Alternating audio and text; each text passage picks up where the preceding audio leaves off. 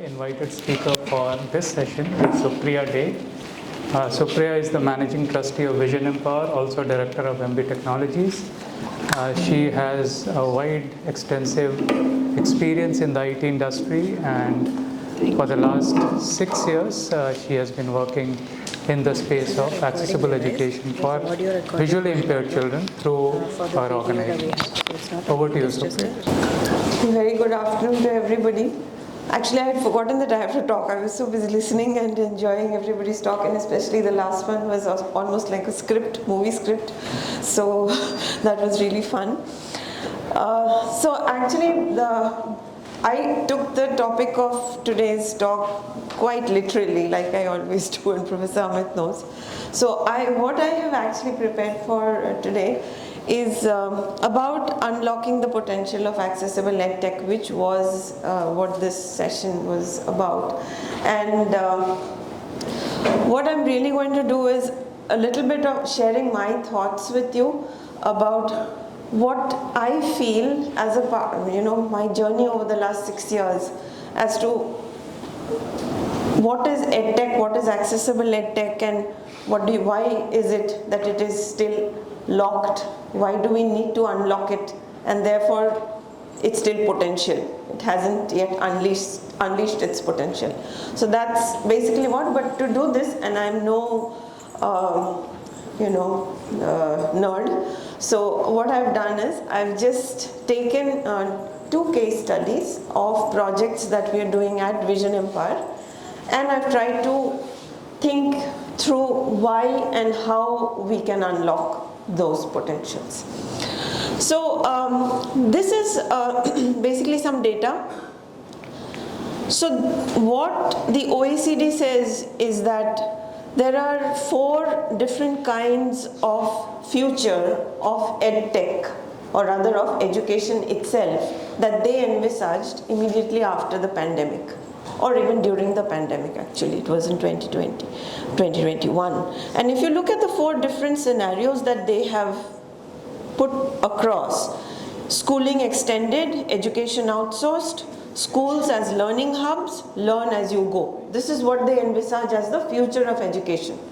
If you look at it very carefully, there are 2 of these, like say for example, schooling extended and schools as learning hubs, which are basically saying that the schools remain, the schools as it is, the brick and mortar schools remain, but along with that you have technology, you have EdTech, and that helps to expand the boundaries or break down the boundaries, the walls between schools, and therefore technology to help education in that way. And 2 and 4 are pretty much saying that the schools won't exist anymore. So this is the what, because of their survey, whatever they collected, and the conclusions that they reached as to what might happen. So the traditional schooling will not be there, and you can pretty much pick up whatever you want to learn and learn. So these are broad categories, but if you look at the underlying theme among all of this is what? Technology, right? Everywhere you're basically saying if it's the future of education, it's technology. There's no education without technology. That's pretty much what they're saying. And therefore, if you look at the bottom line, that the EdTech industry by 2030, it's supposed to reach, so this was one of the numbers, and I'll tell you this is a very conservative number, that $348 billion of EdTech industry is a conservative number, because when I went and looked for more data, I found like 700, 800, so okay, it's anybody's guess. Okay, so this is what they're saying will be, and therefore there are so many people eyeing that area, EdTech area, right? Now, okay, so this is great, EdTech is going to be there and so on and so forth, but here we are talking about children in this country who don't have access to basic education. Yes, we work with children with visual impairment, hence I'm depicting a child with visual impairment, but we have major problems with people with other disabilities, as well as even in the regular education. We do have in the mainstream schools, we have major challenges. And so there is EdTech, and that EdTech has potential and it is unlocked. It is locked, I'm so sorry. It is locked, and that's why you basically need a key to unlock it. Now, where is that key and how do you get that key? How do you make that key to unlock that potential? So you have to think about what each one of you do maybe in your areas. I thought about it from what we do in our area, and the one question in the first slide is a very pertinent question. Who will set the educational agenda for the future? Is it the corporate ventures or is it the educational institutions? So let's keep that question with us, and obviously you can see why I have that question, and we will see at the end of it what we are doing to address that question. So basically I'll just, before I go into the two case studies, I'll just brief you very quickly on what is the VE engagement model, how do we work. So we basically work with children with visual impairment and their teachers. We work at 3 levels. We work at the schools with the children, we work with their teachers, and then we work with the whole state, you know, as in the system, whatever is required, whether it's the government, the Samagra Shiksha, etc., all of them, and we conduct mass training programs, as well as we have extensive like webinars kind of stuff at a school level. And then we also have ecosystem level activities where like I keep calling Paul to say you have to do this then, and I keep pinging somebody else to say we need to collaborate on that. So that kind of activity which we do. And so practically this is the model where we create different communities of practice, and we create shared resources. We create resources very specifically for teachers because the schools that we work with are special schools for the blind, and in those schools 80% or so of the teachers are themselves blind, and they have not studied STEM subjects beyond class 7th, and therefore we need to work with them on that. So there's a lot of work which we do, content that we create for them, for the teachers. And then for children also we have all kinds of reference material, models, diagrams, and we source anything that anybody creates in this country for children with visual impairment. We source it from them, and we try to ensure that we reach it out to the schools. Now we have one more aspect which we focused on once we started working with the schools at length. We felt the need for technology to address, or rather to solve, some of the problems which we were facing. For example, we wanted to go and we wanted to create a program for teachers, right? And we want to give them content, because like I told you, they need content, they need training. Now if I have to give them content and I have to create it in every language for every state board, and if I assume that I'm going to use the age-old register to sit and write my notes, it's not going to happen, right? So therefore we decided that we are going to create some sort of a platform using which we will have that whatever we create for revision and for dissemination as a platform, right? So that was the beginning of our EdTech. Now it obviously had to be accessible, because the people who were creating it for need to access it, and therefore it has to be either screen reader friendly, or it has to be braille readable, or whatever have you to make it accessible. And then we moved on to other technologies. So we also have a portfolio of assistive tech. So basically this is our model. With this in mind, now I'll just speak to you about 2 projects. Can we go to the next slide? Yeah, so this is our the first case study, which is our LMS, which is the Learning Management Subodha. So this is basically an accessible learning management platform to provide, for whom? For both students and teachers. And what do we provide? We provide accessible learning materials. So this, first of all, what is it? It's an accessible learning management system. Second, it provides learning materials. And what kind of materials? We have materials on science, math, computational thinking, and digital literacy. And in what form? We have it in all Indian language, not all right now, five or six Indian languages. And certainly we are looking at Subodha to foster a community of practice where people will be able to share, and we also provide it as a platform where all content that you have, any one of you can create content or do already create content and are looking for an accessible LMS to disseminate this to your beneficiary community or to your target community. You are welcome on Subodha. So that is the platform that we created. It is based on Open edX, and we have created an app for it also now. The main reason being that the teachers who are teaching these subjects in the schools, if they have to access the material, they are not digitally literate. They don't know how to use the computer in most cases. At best, and that too forced because of the pandemic, they now use the smartphone to a certain extent. So at least we needed to provide them with an Android app so that they can access the content. So that was another version of it. Now, we have this LMS, right? Now this is an EdTech. Now the question is it unlocked? It's accessible, yes, but is it unlocked? Has the potential been unlocked? Are people using it? Now whoever's funding me or whoever's actually seeing this, oh great, yeah, it's a great technology, wonderful, you're doing great. Who's using it? Get many people are using it?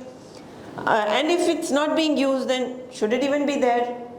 How useful is it?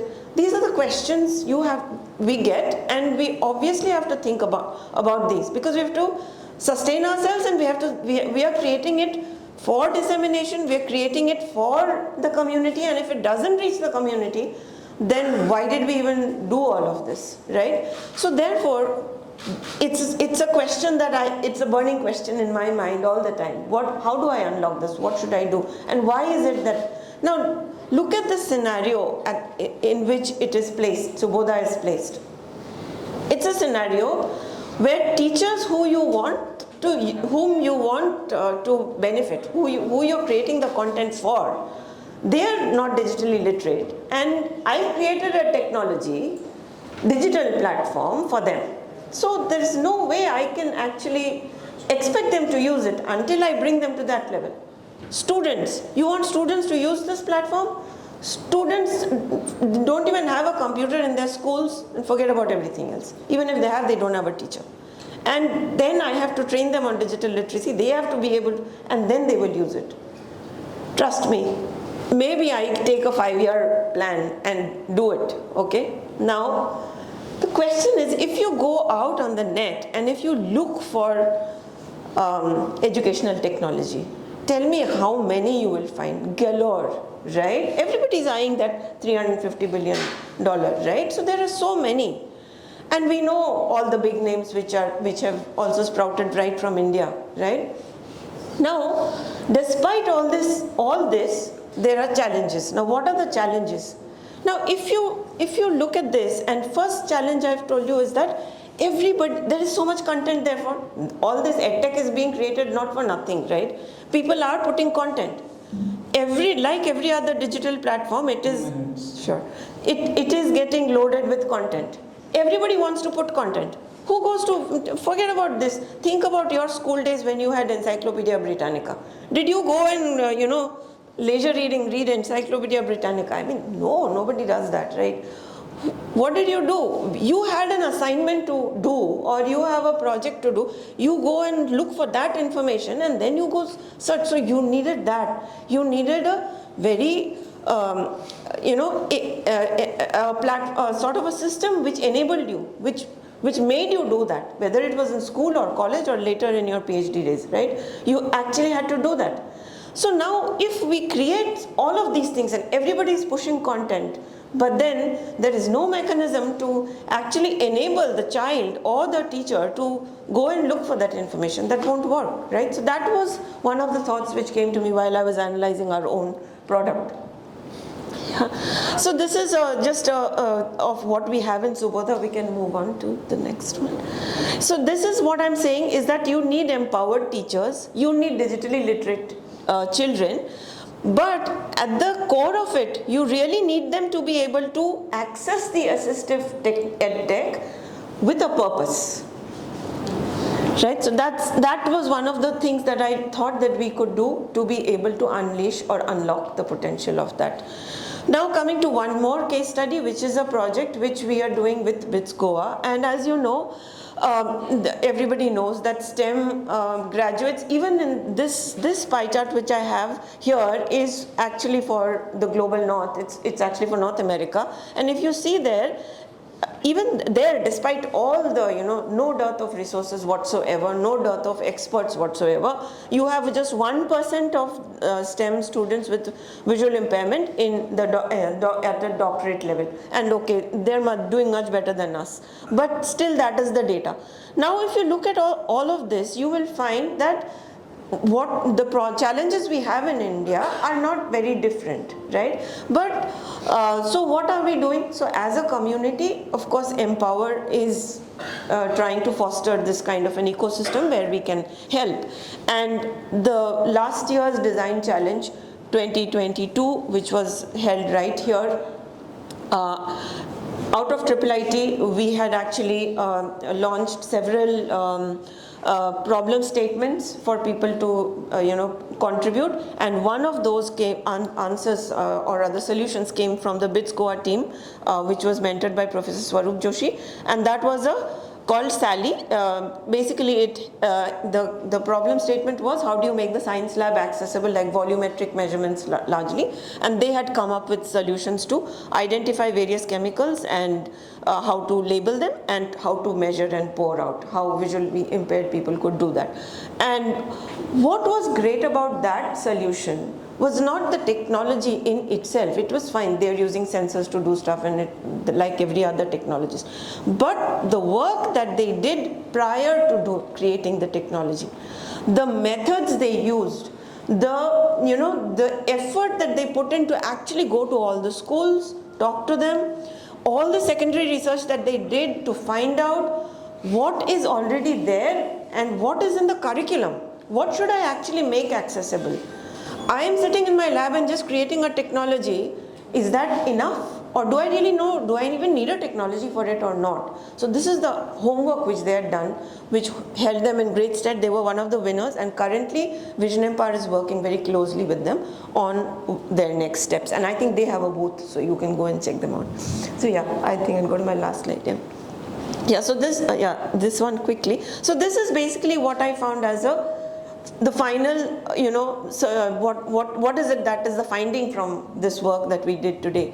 So if you look at it, there is EdTech, and there is more than many pieces of scholarship out there which will tell you what are the challenges with all these big EdTechs, right? Inequalities, not being able to reach people, teachers not equipped, so on and so forth.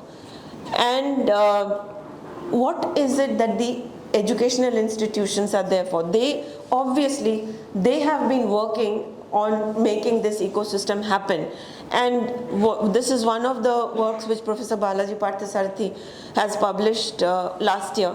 And what is the conclusion for that is that the university can develop, train people for social innovation, supply functional support in the form of, say, ATs. I could take EdTech as an AT.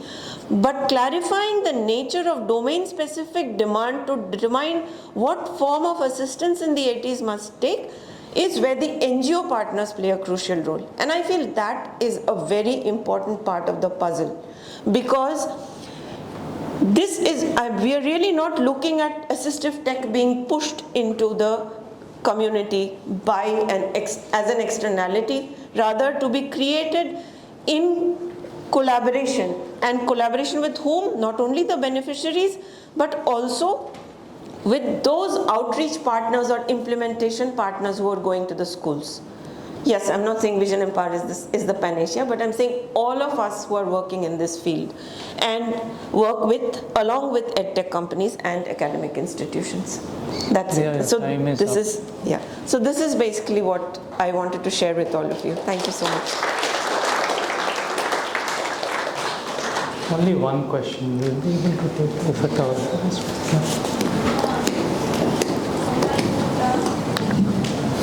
Ma'am, can you share some information about what is the accessibility features that are present in the In Subodha? Yes, yes, ma'am. Okay, so in Subodha, first of all, we followed the design of Subodha itself. So right from the beginning, when we started creating Subodha, there were two aspects to it. One is the UX itself, right? That has to be accessible. So for it to be accessible, it has to follow the WCAG guidelines. So we followed the WCAG guidelines to even design the platform. So that includes like how the menus should be, what should not be, so all the do's and don'ts that are there in the guidelines. If one follows the guidelines properly, then you pretty much have an accessible system. That much is now there.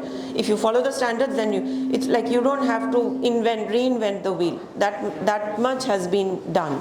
But other than that, the content itself has to be accessible. Like if I'm giving you math content on it, and if that is not screen reader friendly, then my giving that content is. So therefore there are tools to be used to make it accessible and provided. In addition to that, you have the accessibility bar where you can change the font size for low vision users. You have color differences so that for colorblind persons, and there are some others like being able to change the grayscale, things like that are there. Yeah.